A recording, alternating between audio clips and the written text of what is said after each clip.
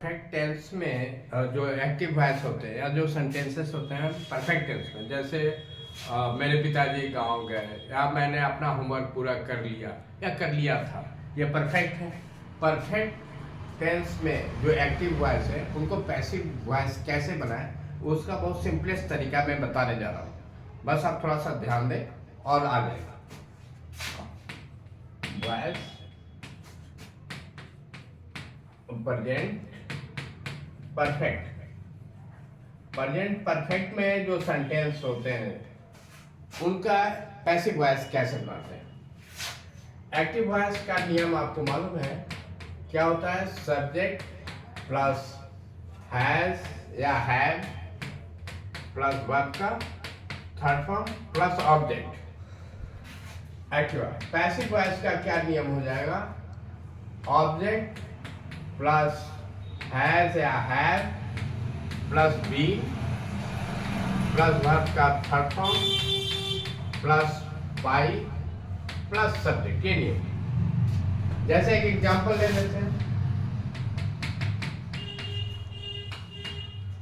He has written a letter. उसने एक पत्र लिखा है। उसने एक पत्र लिखा है। अब पैसिव वॉइस में क्या होगा? उसके द्वारा एक पत्र लिखा गया है या एक पत्र उसके द्वारा लिखा गया है। कैसे बनेगा? पैसिव वॉइस में ऑब्जेक्ट पहले, ऑब्जेक्ट क्या है इसमें? ऑब्जेक्ट है लेटर। ये क्या है? वर्ब। और ये है सब्जेक्ट। तो लेटर को पहले लिखते हैं, लेटर। और हैज, लेटर है नाउन इसलिए हैज लगा। बीन रिटेन बाई, आप जानते हैं ही को ऑब्जेक्ट के जगह पे रखते हैं तो हिम हो जाता है। वेरी सिंपल, बहुत इजीली आप समझ गए। अब इसका निगेटिव और इंटीग्रेटिव भी थोड़ा हम समझ जाते हैं। ठीक है, निगेटिव में क्या होगा? निगेटिव में एक्टिव वॉइस में क्या होता है कि उसने पत्र नहीं लिखा है। He has not written letter. उसने पत्र नहीं लिखा।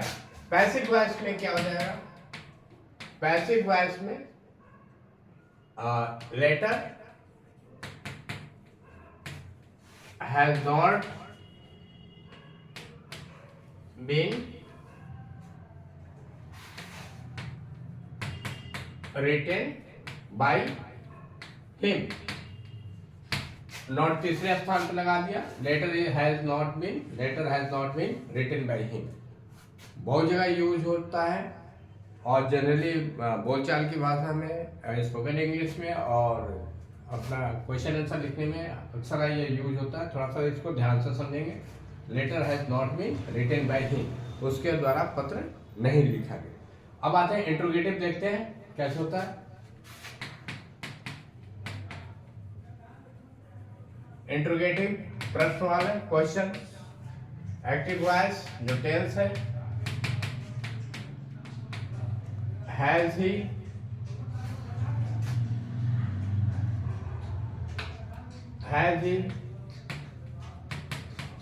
रिटन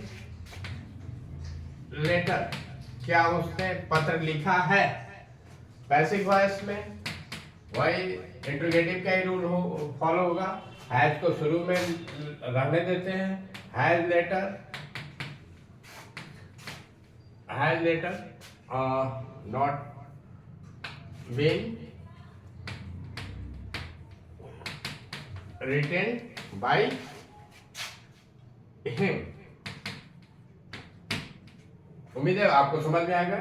जैसे ये इंट्रोगेटिव है, इंट्रोगेटिव निगेटिव में केवल यहाँ पे नॉट जो आ जाता है यहाँ पे नॉट लगा देंगे, इंट्रोगेटिव निगेटिव हो जाएगा। हमारे बस से आपको समझ में आ गया होगा। अब आते हैं इंपेरेटिव सेंटेंसेस का या मोडाल्स का। Passive voice of modals. Modals का पैसिव वॉइस कैसे मिलता है? इसमें जो क्या होता है, मोडाल्स में आप जानते हैं कैन, मे, शुड, मस्ट, ये सारे आते हैं। चलिए कैन का पहले लेते हैं। एक्टिव वॉइस में he can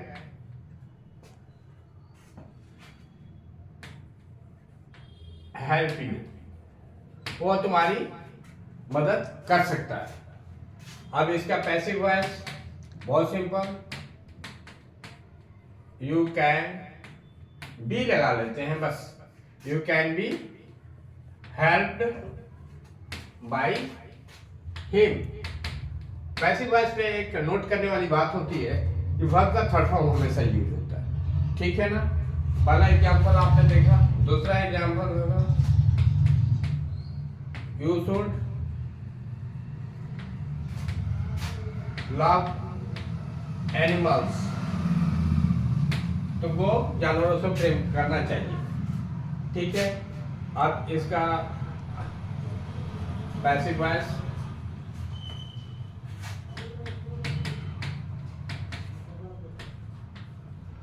animal should be loved by you। इसमें सब में मोडाल्स के बाद बी लगा के वर्ब का थर्ड फॉर्म लगाते हैं और सारे को ऐसे लिख लेते हैं, बहुत इजी है, ठीक है ना। अब जब भी मोडाल्स यूज करें, आप पैसिव वॉइस में यूज करना चाहते हैं तो इस इजी तरीके से आप सॉल्व कर सकते हैं। बुक्स में, ग्रामर के बुक्स में और भी बहुत जगह बहुत ही लंबा लंबा सा नियम कानून लिखा हुआ है, आप पढ़ोगे तो बहुत लोग तो इरिटेट हो जाते पढ़ते नहीं, इसलिए मैंने बहुत शॉर्ट तरीके से नियम बनाया है कि जो इजीली आपको समझ में आ जाए, ठीक है ना। नेक्स्ट में इम्परेटिव सेंटेंसेस का बताएंगे नेक्स्ट वीडियो में। इम्परेटिव सेंटेंस का पैसिव वॉइस कैसे बनाते हैं, अक्सर ये आता है आपके क्वेश्चन आंसर लिखने में आता है या कभी किसी चीज़ को ट्रांसफॉर्म करने में आता है, इसलिए इसको जानना जरूरी। इम्परेटिव सेंटेंसेस आदेशात्मक, ठीक है ना। जैसे हुआ हु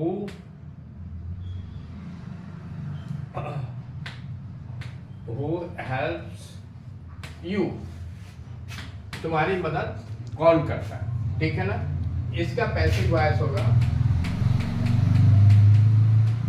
बाय हुम, किसके द्वारा, you are helped,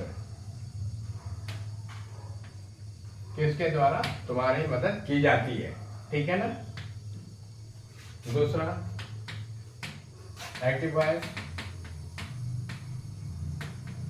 do my work, do my work, मेरा काम करो।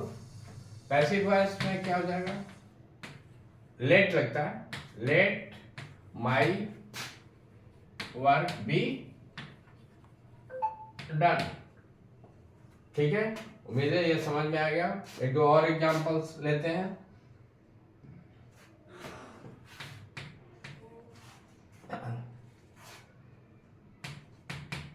Active let us go for walk, आओ घूमने चलते हैं, ठीक है ना, आओ घूमने चलते हैं, इस टाइप के सेंटेंसेस। अब सब्जेक्ट दिखाई नहीं पड़ रहा, ऑब्जेक्ट दिखाई पड़ रहा, तो कैसे बनेंगे, इट इज रिक्वेस्टेड, अपने तरफ से डाल के देखते हैं, या इट इज एडवाइस,